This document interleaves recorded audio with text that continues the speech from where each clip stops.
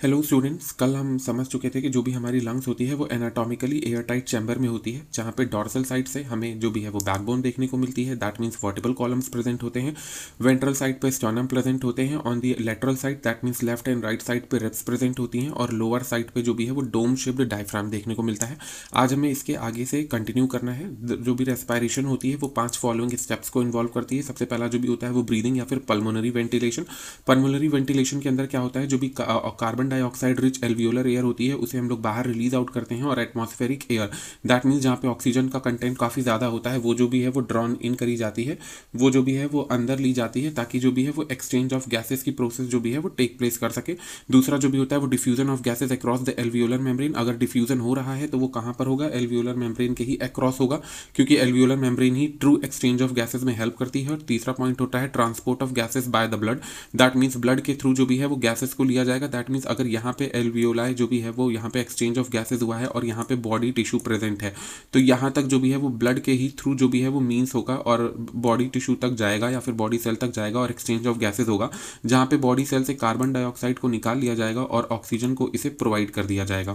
फिर जो भी होता है वो diffusion of oxygen and carbon dioxide between blood and tissue. जैसे कि मैंने आपको बोला, जो भी कार्बन डाइऑक्साइड और ऑक्सीजन होगा वो बिटवीन ब्लड और टिश्यू के बीच में डिफ्यूज करेगा। और last point is utilization of oxygen by the cells for catabolic reaction. Oxygen को कैटाबॉलिक रिएक्शन के लिए यूटिलाइज किया जाएगा और resultant release of carbon dioxide जो भी है वहां से रिलीज कर दी जाएगी और वो कार्बन डाइऑक्साइड जो भी है वो ब्लड में डाल दी जाएगी। दैट मीन्स ब्लड जो भी है उस टाइम पे हमारा डीऑक्सीजनेटेड हो जाएगा और वो डीऑक्सीजनेटेड ब्लड दोबारा से एल्वियोलाई के पास आएगा, जहां पे कार्बन डाइऑक्साइड का पार्शियल प्रेशर ज्यादा होगा और कार्बन डाइऑक्साइड का partial pressure from blood to alveoli carbon dioxide जो भी है वो मूव कर जाएगी। बिकॉज कार्बन डाइऑक्साइड जो भी है वो हायर टू लोअर कंसंट्रेशन पे मूव करेगी, तो जो भी हमारा डीऑक्सीजनेटेड ब्लड होगा जो टिश्यू से आया हुआ होगा वहां पर कार्बन डाइऑक्साइड का कंटेंट ज्यादा होने की वजह से एल्वियोलाई में वो चली जाएगी, क्योंकि एल्वियोलाई में कार्बन डाइऑक्साइड का कंटेंट कम, कंसंट्रेशन जो भी है वो कम होगा। इंस्टेड वहां पे ऑक्सीजन का जो भी कंसंट्रेशन है वो बहुत ज्यादा होगा। तो जो भी हमारी रेस्पायरेशन होती है वो इन जनरल 5 स्टेप्स को इन्वॉल्व करती है, जिसमें सबसे पहला जो भी स्टेप आता है वो होता है ब्रीदिंग या फिर पल्मोनरी वेंटिलेशन। ब्रीदिंग या फिर पल्मोनरी वेंटिलेशन क्या होता है, उसके अंदर जो भी है ब्रीदिंग या फिर पल्मोनरी वेंटिलेशन के अंदर atmospheric air, carbon oxygen rich atmospheric air जो भी है वो लंग्स के अंदर ड्रॉन इन करी जाती है और carbon dioxide rich alveolar air जो भी है वो लंग्स से आउट, दैट मीन्स हमारे बॉडी से आउट रिलीज करी जाती है। दूसरा पॉइंट होता है सिंपल डिफ्यूजन का, जहां पर गैसेस जो भी है वो एल्वियोलर मेम्ब्रेन के अक्रॉस डिफ्यूज होती हैं। डिफ्यूज होने के बाद जब वो एक बार जो भी है वो हमारी एल्वियोलर मेम्ब्रेन के अक्रॉस डिफ्यूज होती हैं, डिफ्यूज होने से जब वो ब्लड में आ जाती हैं, डिफ्यूज होकर जब वो ब्लड में होती हैं, तो ये जो भी ऑक्सीजन है जो अब ब्लड में आ चुकी है और यहाँ पे जो भी कार्बन डाइऑक्साइड होगी वो इस एल्वियोलर मेम्ब्रेन में डाल दी गई होगी, तो यहाँ से जो भी है अब ट्रांसपोर्ट का होगा और ये ट्रांसपोर्ट जो भी है वो डिफरेंट डिफरेंट टिश्यू तक जाएगी। ये जो भी है वो डिफरेंट डिफरेंट टिश्यू तक जाएगी और वहां से जब टिश्यू पे जाएगी तो टिश्यू पर ऑक्सीजन जो भी है वो दे दी जाएगी और वहां से रिजल्टेंट कार्बन डाइऑक्साइड जो भी है दोबारा से निकाल ली जाएगी और वो दोबारा वो डीऑक्सीजनेटेड ब्लड के फॉर्मेट में वो ब्लड में आ जाएगी। ब्लड से वो एल्वियोलाई में जाएगी और एल्वियोलाई से वो बाहर निकाल दी जाएगी। तो जो भी रेस्पायरेशन जो भी होता है वो टोटल 5 स्टेप्स को इन्वॉल्व करता है। सबसे पहला होता है ब्रीदिंग और पल्मोनरी वेंटिलेशन। ब्रीदिंग और पल्मोनरी वेंटिलेशन में क्या होता है, atmospheric air, that means oxygen rich atmospheric air जो भी है वो drawn inside the lungs while the carbon dioxide rich alveolar air release outside. दूसरा यहाँ पर क्या होता है, जब एक बार ऑक्सीजन आ जाती है और कार्बन डाइऑक्साइड रिलीज कर दी जाती है तो वहाँ पे डिफ्यूजन ऑफ गैसेस होता है एल्वियोलर मेम्ब्रेन के अक्रॉस। वो जो भी हमारा थिन, अगर आपको याद हो, thin bag like vascular structure था जो कि टर्मिनल ब्रोंक्यूल्स के बाद में आ रहा था, जो रेस्पिरेटरी ट्री के अंदर आ रहा था, उसे हम एल्वियोलाई बोल रहे थे, जो actually true site of gases exchange था। वहां पे जो भी है वो सिंपल डिफ्यूजन के थ्रू जो भी है वो गैसेस का एक्सचेंज होता है। फिर गैसेस का एक्सचेंज होने के बाद तीसरा पॉइंट होता है transport of gases by the blood. Blood के थ्रू ट्रांसपोर्ट ऑफ गैसेस होता है, एक जगह से दूसरी जगह गैसेस को ट्रांसपोर्ट किया जाता है। फोर्थ पॉइंट में क्या होता है, oxygen and carbon dioxide between blood and tissue, that means diffusion होता है ऑक्सीजन और कार्बन डाइऑक्साइड का ब्लड और टिश्यू के बीच में, दैट मीन्स ब्लड से ऑक्सीजन निकाल ली जाती है और कार्बन डाइऑक्साइड जो भी है वो ब्लड के अंदर दोबारा से डाल दी जाती है। एक बार जब ब्लड से कार्बन डाइऑक्साइड निकाल लेते हैं तो वो जो भी ब्लड है वो हमारा दोबारा से जाता है ऑक्सीजनेशन के लिए एल्वियोलाई के पास, जहाँ पे उसमें ऑक्सीजन डाली जाती है और कार्बन डाइऑक्साइड जो भी है वो एल्वियोला में डाल दी जाती है। एंड द लास्ट स्टेप जो भी होता है वो utilization of oxygen by the cells for catabolic reaction. वो जो भी ऑक्सीजन आई है उसका यूज किया जाएगा कैटाबॉलिक रिएक्शंस के लिए और उसके रिजल्टेंट स्वरूप कार्बन डाइऑक्साइड प्रोड्यूस होगी और वो कार्बन डाइऑक्साइड जो भी है वो दोबारा से ब्लड में डाल दी जाएगी। फॉर एग्जाम्पल यहाँ पर आप देख लीजिए, एक बार हम क्लियर कट समझने की कोशिश करते हैं। ये जो भी है वो एक नॉर्मल एल्वियोलाई है और ये एल्वियोलाई है और ये जो भी है वो एक ब्लड वेसल्स है। तो सबसे पहले क्या होता है, अगर हम पहले स्टेप की बात करते हैं तो पहले स्टेप में क्या होता है, पहले स्टेप में हम लोग ब्रीदिंग करते हैं या फिर पल्मोनरी वेंटिलेशन करते हैं, जहाँ पे atmospheric air, oxygen rich atmospheric air को हम अंदर लेते हैं और कार्बन डाइऑक्साइड को हम जो भी है वो लंग्स से या फिर हमारे एल्वियोलाई से बाहर निकाल देते हैं। दूसरे पॉइंट में क्या करते हैं, सिंपल डिफ्यूजन होता है गैसेस का और सिंपल डिफ्यूजन होता है गैसेस का एल्वियोलर मेम्ब्रेन के बीच में। जो भी एल्वियोलर मेम्ब्रेन से ऑक्सीजन जो भी है वो ब्लड में आ जाती है और जो भी कार्बन डाइऑक्साइड जो भी है उसे हम लोग जो भी है वो एल्वियोलाई में डाल देते हैं। एक बार जब ऑक्सीजन यहाँ पर आ जाती है तो उसके बाद इसका ट्रांसपोर्ट स्टार्ट होता है। ये जो भी है वो बॉडी टिश्यू तक जाती है। वहाँ पर जाने के बाद, बॉडी टिश्यू में जाने के बाद वहाँ पर डिफ्यूजन प्रोसेस की हेल्प से, अगर ये हमारा मान लीजिए एक बॉडी टिश्यू है या फिर एक सिंपल सा सेल है, तो डिफ्यूजन प्रोसेस की हेल्प से इसमें जो भी है वो ऑक्सीजन को डाल दिया जाता है और कार्बन डाइऑक्साइड जो कि रिजल्टेंट स्वरूप बनी होती है कैटाबॉलिक रिएक्शन की वजह से। जब हम इसमें ऑक्सीजन को डालते हैं तो वहाँ पे जो भी है वो कैटाबॉलिक रिएक्शंस होती है और कैटाबॉलिक रिएक्शन स्वरूप जो भी हमारी कार्बन डाइऑक्साइड बनी होती है उसको दोबारा से इस ब्लड में डाल दिया जाता है और इस ब्लड में आने के बाद वो अगेन जो भी है वो डिफ्यूज आउट कर चली जाती है हमारी एल्वियोलाई में और एल्वियोलाई से उसे हम लोग बाहर को निकाल देते हैं या फिर उसे हम लोग जो भी है वो लंग से आउट कर देते हैं या फिर एक्सपायर कर देते हैं। तो ये 5 स्टेप जो भी हैं वो बहुत ही सिंपल स्टेप्स हैं। अगर आपको समझ में आ गया, ये 5 स्टेप जो भी हैं वो एक नॉर्मल रेस्पायरेशन को इन्वॉल्व करते हैं या फिर नॉर्मल रेस्पायरेशन के अंदर होते हैं। एक बार हम इसे रिकॉल कर लेते हैं।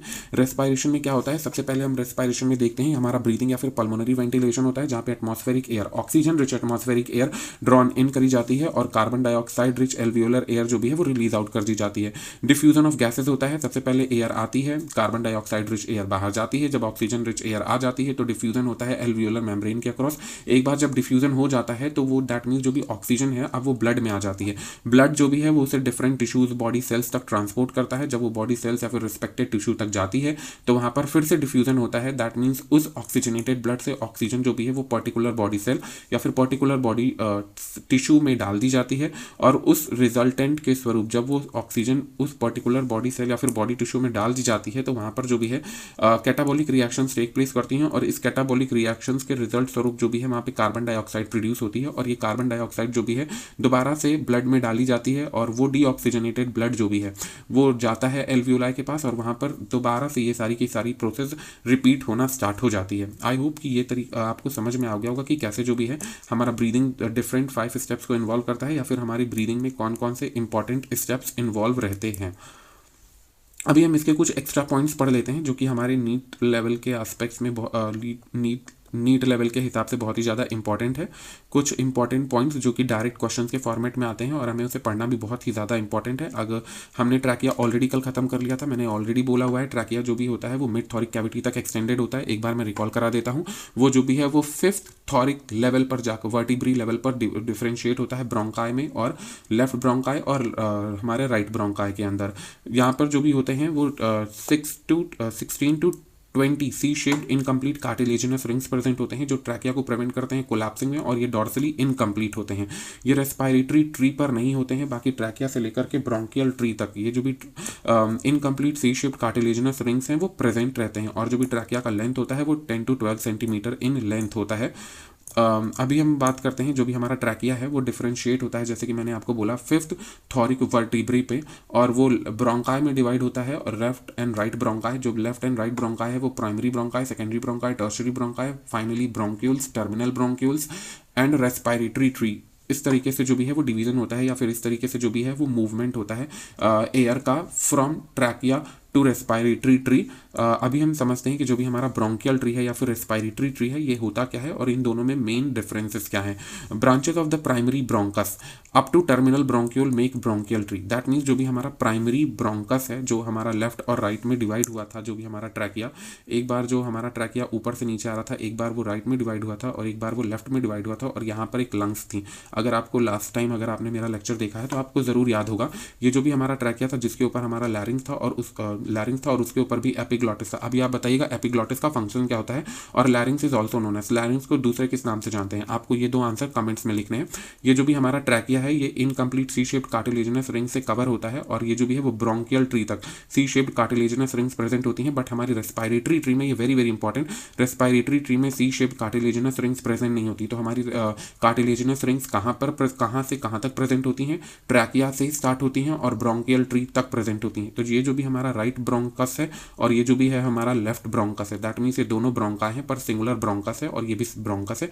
तो जो भी हमारा प्राइमरी ब्रोंकस होता है प्राइमरी ब्रोंकस जो भी है up to the terminal bronchus, primary bronchus जो भी है वो टर्मिनल ब्रोंकस जो भी है वो ब्रोंकियल ट्री को बनाते हैं। एक बार अगर हम प्राइमरी ब्रोंकस की बात करते हैं और टर्मिनल ब्रोंकस तक हमारा ब्रोंकियल ट्री कहलाता है, और उसके आगे जो भी है वो रेस्पिरेटरी ट्री के अंदर आता है। Terminal bronchioles divided to form, terminal bronchioles जो भी होते हैं वो ही डिवाइड करते हैं और वो रेस्पिरेटरी ट्री को बनाते हैं, and branches of their respiratory bronchioles make respiratory tree. Okay, that means यहाँ पे जो भी है इन्होंने इतने में ये बोला है कि जो भी ब्रांचेस होती हैं प्राइमरी ब्रोंकस की टर्मिनल ब्रोंक्यूल्स तक वो ब्रोंकियल ट्री के अंदर आते हैं वो जो भी है वो ब्रोंकियल ट्री के अंदर आते हैं।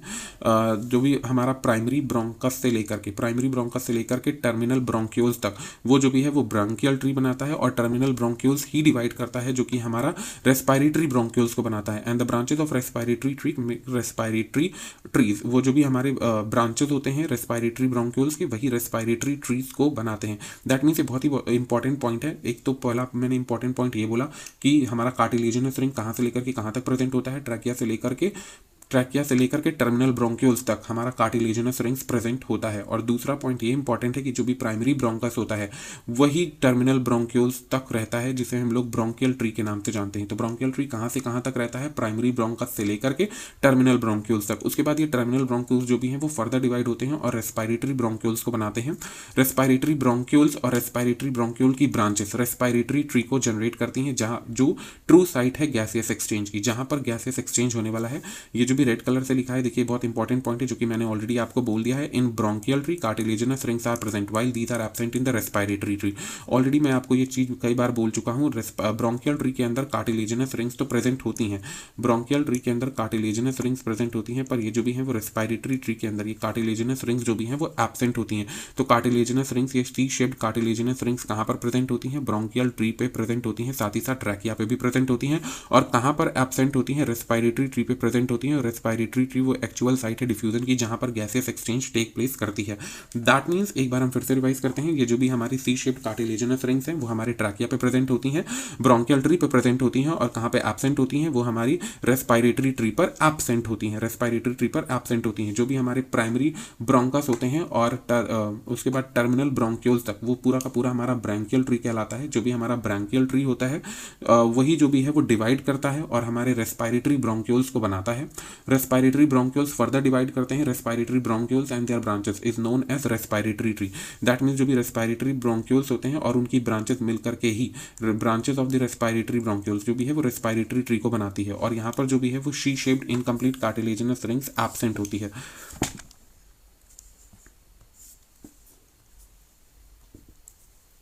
फिर यहाँ पे एक बहुत इंपॉर्टेंट पॉइंट इन्होंने मेंशन किया हुआ है, और वो ये पॉइंट मेंशन है यहाँ पे कि जो भी गैसेस एक्सचेंज अकर इन रेस्पिरेटरी ट्री, जो भी गैसेस एक्सचेंज होता है वो सिर्फ और सिर्फ रेस्पिरेटरी ट्री में ही देखने को मिलता है। इसके अलावा गैसेस एक्सचेंज हमें कहीं पर भी देखने को नहीं मिलता है। अगर गैसेस एक्सचेंज कहीं पर नहीं देखने को मिल रहा है दैट मीन्स वो जो भी है वो ट्रू साइट है गैसेस एक्सचेंज होने की। कौन सा, रेस्पिरेटरी ट्री। गैसेस एक्सचेंज अकर इन रेस्पिरेटरी ट्री। अगर आपको ये दिख रहा है तो आप क्लियरली देख पा रहे होंगे जो भी गैसेस एक्सचेंज है वो सिर्फ और सिर्फ हमारा रेस्पिरेटरी ट्री में ही देखने को मिलता है, और कहीं पर भी हमें गैसेस एक्सचेंज देखने को नहीं मिलता है। दैट मींस जो भी हमारा ब्रोंकियल ट्री होता है वो सिर्फ और सिर्फ कंडक्टिंग पार्ट के अंदर आता है, एक्सचेंज पार्ट के अंदर नहीं आता है। हमारे लंग्स में दो पार्ट हैं जिससे पहले भी मैं आपको समझा चुका हूं, एक तो हमारा कंडक्टिंग पार्ट है, दूसरा हमारा एक्सचेंज पार्ट है। कंडक्टिंग पार्ट जो भी है वो सिर्फ और सिर्फ एयर को या फिर ऑक्सीजन को अप और डाउन मूवमेंट में हेल्प करता है। That means inside the lung and outside the lung. Instead जो भी हमारा रेस्पिरेटरी पार्ट है वो सिंपल डिफ्यूजन में हेल्प करता है। दैट मींस ऑक्सीजन जो भी है वो एल्वियोलाई से ब्लड में डाल दी जाती है, हमारा ब्लड ऑक्सीजनेटेड हो जाता है, और जो भी कार्बन डाइऑक्साइड है डीऑक्सीजनेटेड ब्लड निकालकर डिफ्यूजन की हेल्प से एल्वियोलाई के अंदर डाल दी जाती है, और हमारा ब्लड डीऑक्सीजनेटेड ब्लड जो भी है वो फ्री हो जाता है ऑक्सीजन को टेकअप करने के लिए। और जो भी हमारी एल्वियोलाई में कार्बन डाइऑक्साइड का कंसंट्रेशन कम था वहां पर ज्यादा हो जाता है, जिसे हम लोग फाइनली एटमॉस्फेयर में फिर रिलीज आउट कर देते हैं। तो gases exchange occur in respiratory tree while it is absent in bronchial tree. Very very important point. Gases exchange जो भी है वो सिर्फ और सिर्फ हमें रेस्पिरेटरी ट्री में ही देखने को मिलता है, और ये हमें कहाँ देखने को नहीं मिलता है, ये हमें ब्रोंकियल ट्री में देखने को नहीं मिलता है। Dead space volume dead space volume is the volume of air which is filled by bronchial tree not take part in the gases exchange। of course dead space volume क्या होती है, वो dead space volume जहां पर सिर्फ और सिर्फ air fill होती है पर एक्सचेंज ऑफ गैसेस नहीं हो रहा होता है, वो सिर्फ और सिर्फ जो भी है वो डेड स्पेस वॉल्यूम के अंदर कहलाई जाती है। तो डेड स्पेस वॉल्यूम क्या होती है हमारे लंग्स के अंदर, वो जगह जहां पे सिर्फ गैसेस अप और डाउन मूव करती है, इनसाइड और आउटसाइड मूव करती है हमारे लंग्स में, पर गैसेस एक्सचेंज नहीं होता है, उसको हम किस नाम से जानते हैं, डेड स्पेस वॉल्यूम वॉल्यूम के नाम से, और वो कितनी होती है वॉल्यूम में 150 मिलीलीटर, दैट मीन्स 150 मिलीलीटर जो भी है वहाँ पे होता है। Not take part in gases exchange, very very important line, ये जो भी है वो गैसेस एक्सचेंज में पार्ट नहीं करता, ट्रैकिया से एक्सटेंड होता है ब्रोंकियल ट्री तक। दैट स्पेस वॉल्यूम वो वॉल्यूम होती है जहाँ पर कोई भी गैसेस एक्सचेंज नहीं हो रहा होता, इंस्टेड वहाँ पर एयर जो भी है वो अप और डाउन मूवमेंट के लिए, दैट मीन्स इन और आउट मूवमेंट के लिए प्रेजेंट होती है, और वो वॉल्यूम होता है 150 millilitre. There are two type of zones, हमारे लंग्स में दो तरीके के जोन होते हैं। सबसे पहला जो भी जोन होता है वो कंडक्टिंग जोन होता है, जो सिर्फ एयर को कंडक्ट करने में हेल्प करता है। There are two type of zone in our lungs, जैसे कि मैंने आपको ऑलरेडी बोला है, हमारे लंग्स में दो तरीके के जोन्स होते हैं। एक जोन वो होता है जो सिर्फ और सिर्फ हमारे लंग्स को कंडक्ट करने में हेल्प करता है, दैट मीन्स वो एयर को इन और आउट मूव कराता है। सबसे पहला कंडक्टिंग जोन जो भी होता है वो सिर्फ एयर को इन और आउट मूव करने में हेल्प करता है। और एक्सचेंज जोन वो जोन होता है जो ट्रू साइट ऑफ डिफ्यूजन में हेल्प करता है, जहाँ पे गैसेस जो भी हैं वो एल्वियोलर मेम्ब्रेन और ब्लड के बीच में डिफ्यूज होती हैं। कार्बन डाइऑक्साइड जो भी है वो एल्वियोलर मेम्ब्रेन में आती है, और ऑक्सीजन एल्वियोलाई सैक में आती है, और ऑक्सीजन जो भी होती है वो एल्वियोलाई सैक से ब्लड के अंदर जाती है।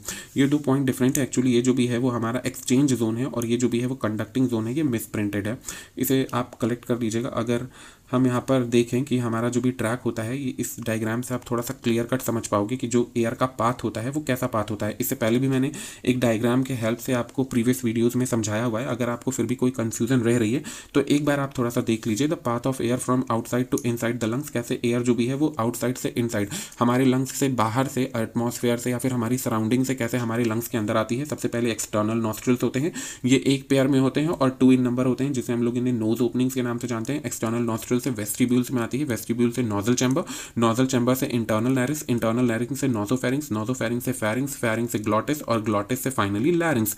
ग्लॉटिस से होते हुए वो फाइनली लैरिंक्स में आ जाती है। लैरिंक्स से जो भी है वो ट्रैकिया में आती है। लैरिंक्स जो भी होता है इसे हम लोग साउंड बॉक्स के नाम से भी जानते हैं। ऑलरेडी मैं ये चीज़ आपको क्लियर कट समझा चुका हूँ कि जो भी है वो साउंड बॉक्स के नाम से जाना जाता है या फिर वॉइस बॉक्स के नाम से जाना जाता है। उसके बाद ट्रैकिया में आती है। ट्रैकिया जो भी है वो लेफ्ट और राइट ब्रोंकाई में डिवाइड हो जाता है।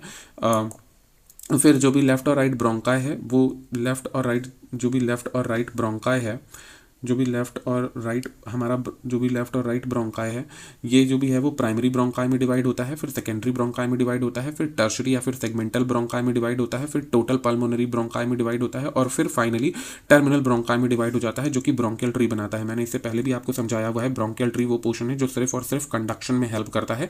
यहाँ पे कोई भी गैसेस एक्सचेंज नहीं होता, और ब्रोंकियल ट्री तक हमें C shaped incomplete cartilaginous rings देखने को मिलती हैं, जो कि प्रिवेंट करती हैं कोलैप्सिंग में। 16 to 12 इन नंबर होती हैं, और मैंने ऑलरेडी आपको बोला है यहाँ पे कोई भी एक्सचेंज ऑफ गैसेस नहीं होता, और ये डॉर्सली इनकम्प्लीट होती हैं। दैट मीन्स वो कंडक्टिंग जोन, हमारा कंडक्टिंग जोन जो एयर को एक जगह से दूसरी जगह मूव कराता है, वो कहाँ से स्टार्ट होता है? एक्सटर्नल नॉस्ट्रल से स्टार्ट होता है, और वो कहाँ तक जाता है? हमारा टर्मिनल ब्रोंक्यूल्स तक जाता है। टर्मिनल ब्रोंक्यूल जो भी है वो फर्दर डिवाइड होते हैं, और वो रेस्पिरेटरी ब्रोंक्यूल्स को बनाते हैं। रेस्पिरेटरी ब्रोंक्यूल्स जो भी है वो एल्वियोलर डक्ट को बनाती है। एल्वियोलर डक्ट आर्टरी को बनाती है। ये प्लूरल वर्ड है, और अगर हम सिंगुलर देखते हैं तो वो आर्ट्रियम कहलाता है। और आर्ट्रियल जो भी है वो फिर एल्वियोलर सैक को बनाते हैं, और alveolar sac finally alveolar membrane या फिर एल्वियोलाई को बनाती है, जहां पे एक्सचेंज ऑफ गैसेस, जहां पे ट्रू एक्सचेंज ऑफ गैसेस की प्रोसेस जो भी है वो आगे कंटिन्यू करने वाली है। ट्रू एक्सचेंज ऑफ गैसेस की प्रोसेस जहां पर आगे कंटिन्यू करने वाली है, वो जगह जो भी होती है वो एल्वियोलाई के अंदर आ जाती है। तो अगर हम यहाँ पर देखते हैं कि हमारा कौन कौन सा कहाँ से लेकर के कहाँ तक कंडक्टिंग जोन होता है, और जिसे हम लोग डेड स्पेस वॉल्यूम के नाम से भी जानते हैं, क्योंकि मैंने अभी आपको इससे पहले भी समझाया कि डेड स्पेस वॉल्यूम वो होती है जो सिर्फ और सिर्फ कंडक्शन में हेल्प करती है, एयर को एक जगह से दूसरी जगह लेकर जाने की मदद नहीं करती। या फिर कंडक्टिंग जोन वो होता है जो एक जगह से दूसरी जगह या फिर अप और डाउन मूवमेंट में एयर का हेल्प करता है इनसाइड और आउटसाइड द लंग, इंस्टेड वो एक्सचेंज में हेल्प नहीं करता। तो कंडक्टिंग जोन जो भी है वो हमारा एक्सटर्नल नॉस्ट्रल से स्टार्ट होता है, वेस्टिब्यूल पर आता है, फिर नोजल चैम्बर, नोजल चैम्बर से इंटरनल लैरिंक्स, इंटरनल लैरिंक्स से नोसोफेरिंक्स, नोसोफेरिंक्स से फेरिंक्स, फेरिंक्स के बाद ग्लॉटिस से होते हुए लैरिंक्स। लैरिंक्स जो भी है वो हमारा साउंड या फिर वॉइस प्रोड्यूसिंग ऑर्गन है। लैरिंक्स के बाद फाइनली ट्रैकिया आ जाता है। ट्रैकिया जो भी है वो 10 to 12 सेंटीमीटर लेंथ में होता है। 16 to 20 C shape incomplete cartilaginous rings भी प्रेजेंट होती हैं यहाँ पर, और जो कि डॉर्सली इनकम्प्लीटेड होती हैं। ये जो भी ट्रैकिया है लेफ्ट और राइट ब्रोंकाई में डिवाइड होता है, और वो ब्रोंकाई जो भी है वो प्राइमरी ब्रोंकाई में फर्दर डिवाइड होती है, फिर सेकेंडरी ब्रोंकाई में डिवाइड होती है, फिर टर्शरी और सेगमेंटल ब्रोंकाई, फिर टोटल पल्मोनरी ब्रोंक्यूल्स, और फाइनली टर्मिनल ब्रोंक्यूल्स, जहाँ पे ब्रोंक्यूल्स टर्मिनेट हो जाते हैं। और फिर जो भी ब्रोंक्यूल्स टर्मिनेट होने के बाद रेस्पिरेटरी ब्रोंक्यूल्स को बनाते हैं। रेस्पिरेटरी ब्रोंक्यूल्स जो भी है वो एल्वियोलर डक्ट को बनाती है। एल्वियोलर डक्ट आर्ट्रिया को बनाती है, या फिर सिंगुलर अल्वियोलर आर्ट्रियम को बनाती है, उसके बाद alveolar sac and finally alveoli बनती है। और ये जो भी है वो true site of gases exchange, जहाँ पे एक्सचेंज ऑफ गैसेस होगा बिटवीन द एल्वियोलर मेम्ब्रेन या फिर एल्वियोलाई टू दी ब्लड। तो ये जो भी हमारा हिस्सा है जहाँ से हमें रेस्पिरेटरी ब्रोंकाई लिखा हुआ है और एल्वियोलाई तक, ये हमारा जो भी है वो रेस्पिरेटरी ट्री है। ये this is the most important part of our lung, क्योंकि यहाँ पे ट्रू एक्सचेंज ऑफ गैसेस हो रहा होता है, जिसे हम लोग एक्सचेंज जोन या फिर रेस्पिरेटरी जोन के भी नाम से जानते हैं। तो वो जोन जो एक्सचेंज जोन और रेस्पिरेटरी जोन के अंदर आता है, और यहाँ पर हमारी जो भी है कोई भी C shaped incomplete cartilaginous rings present नहीं होती हैं। ये चीज़ ऑलरेडी मैं आपको कई बार बोल चुका हूँ, जहाँ पे C shaped incomplete cartilaginous rings present नहीं होती हैं वो हमारी एक्सचेंज जोन या फिर रेस्पिरेटरी जोन के अंदर आता है, और ये सिंपल स्क्वैमस एपिथेलियम से बना होता है। पर जहाँ पर C shaped incomplete cartilaginous rings present होती हैं वो एरिया जो भी है वो ट्रैकिया से स्टार्ट होता है, incomplete C shaped हेलाइन cartilaginous rings, और वो जो भी है वो टर्मिनल ब्रोंक्यूल्स तक जाता है, जो कि 16 to 12 इन नंबर होती हैं, और ये प्रिवेंट करती हैं कोलैप्सिंग में। ऑलरेडी मैं आपको कई बार बोल चुका हूँ। और पूरा का पूरा हिस्सा एक्सटर्नल नॉस्ट्रल से लेकर के टर्मिनल ब्रोंक्यूल्स तक हमारा जो भी है वो पूरा का पूरा हिस्सा जो भी है वो कंडक्टिंग जोन के अंदर आता है। कंडक्टिंग जोन कहाँ से स्टार्ट होता है? कंडक्टिंग जोन एक्सटर्नल नॉस्ट्रल से स्टार्ट होता है और टर्मिनल ब्रोंक्यूल्स पे एंड अप हो जाता है, जबकि incomplete C shaped cartilaginous rings कहाँ से स्टार्ट होती हैं? वो ट्रैकिया से स्टार्ट होती हैं और टर्मिनल ब्रोंक्यूल्स पर खत्म हो जाती हैं। रेस्पिरेटरी ट्री कहाँ से स्टार्ट होता है? रेस्पिरेटरी ब्रोंक्यूल से स्टार्ट होता है और एल्वियोलाई पर खत्म हो जाता है। इसी को हम लोग एक्सचेंज जोन या फिर रेस्पिरेटरी जोन के नाम से जानते हैं, जो कि सिंपल स्क्वैमस एपिथेलियम से बना होता है, और ये ट्रू एक्सचेंज ऑफ गैसेस में हेल्प करता है। अभी जो भी हमारा मोस्ट इंपॉर्टेंट पॉइंट आता है, यहाँ पर आता है लंग्स। हमारे पास जो भी है वो पेयर ऑफ लंग्स होते हैं, that means 2 in number.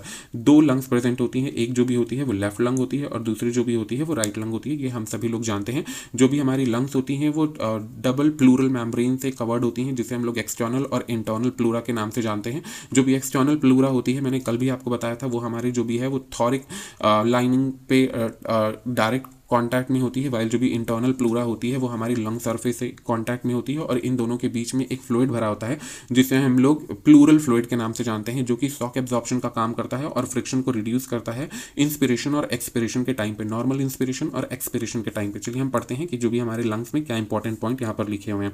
Lungs are covered by the double membrane which is called as pleural membrane. Already मैं आपको बोल चुका हूँ, लंग्स जो भी होती है वो डबल मेम्ब्रेन से कवर होती है, जिसे हम लोग प्लूरल मेम्ब्रेन के नाम से जानते हैं। सबसे पहले आउटर प्लूरा, जो कि पैराइटल प्लूरा के नाम से जानती है, जो कि हमारी थॉरिक लाइनिंग के कांटेक्ट में होती है, और इनर मेम्ब्रेन जिसे हम लोग विसरल प्लूरा के नाम से जानते हैं। दैट मींस जो भी हमारी प्लूरल मेम्ब्रेन होती है वो 2 पार्ट में डिवाइड होती है, इनर प्लूरा, आउटर प्लूरा। तो इनर प्लूरा को हम लोग विसरल प्लूरा के नाम से जानते हैं। क्यों? क्योंकि हमारे विसरल ऑर्गन के कांटेक्ट में होती है। और आउटर मेम्ब्रेन जो भी है वो हमारी पैराइटल प्लूरा के नाम से जानी जाती है, क्योंकि हमारी थॉरिक जो भी हमारी कैविटी होती है उसके कांटेक्ट में होती है, और इन दोनों के बीच में एक फ्लूइड भरा होता है जिसे हम लोग प्लूरल फ्लूइड के नाम से जानते हैं। Both these membrane are derived from the mesoderm. Very very important, ये जो भी है हमारी 3 तरीके के डर्म्स होते हैं, एक्टोडर्म, एंडोडर्म और मेसोडर्म। ये दोनों के 2 लेयर जो भी हैं, आउटर प्लूरा और इनर प्लूरा, जिसे हम लोग कहते हैं आउटर प्लूरा और इनर प्लूरा, ये दोनों को दोनों जो भी है वो मेसोडर्मल इन ओरिजिन होते हैं। In between both the membrane a very narrow cavity called, इन दोनों के बीच में एक बहुत ही नैरो कैविटी प्रेजेंट होती है, जिसे हम लोग प्लूरल कैविटी के नाम से जानते हैं, और इसके अंदर जो भी है वो प्लूरल फ्लूइड भरा होता है। Sometime due to the bacterial infection and the amount of the fluid is increased, so the organism feel difficulty in breathing and severe chest pain. ये सीवियर है, यहाँ पे थोड़ी सी प्रिंटिंग मिस्टेक है। Severe chest pain, this is termed as pleurisy और pleural effusion disease. Some time क्या होता है, कभी कभी, जैसे कि मैं आपको ऑलरेडी बोल चुका हूँ कि जो भी हमारी मेम्ब्रेन होती है वो डबल प्लूरा से कवर्ड होती है, outer pleura, inner pleura. Outer pleura जो भी है वो पैराइटल प्लूरा कहलाती है, और जो भी इनर प्लूरा होती है वो विसरल प्लूरा कहलाती है। इन दोनों के बीच में एक बहुत ही नैरो कैविटी प्रेजेंट होती है।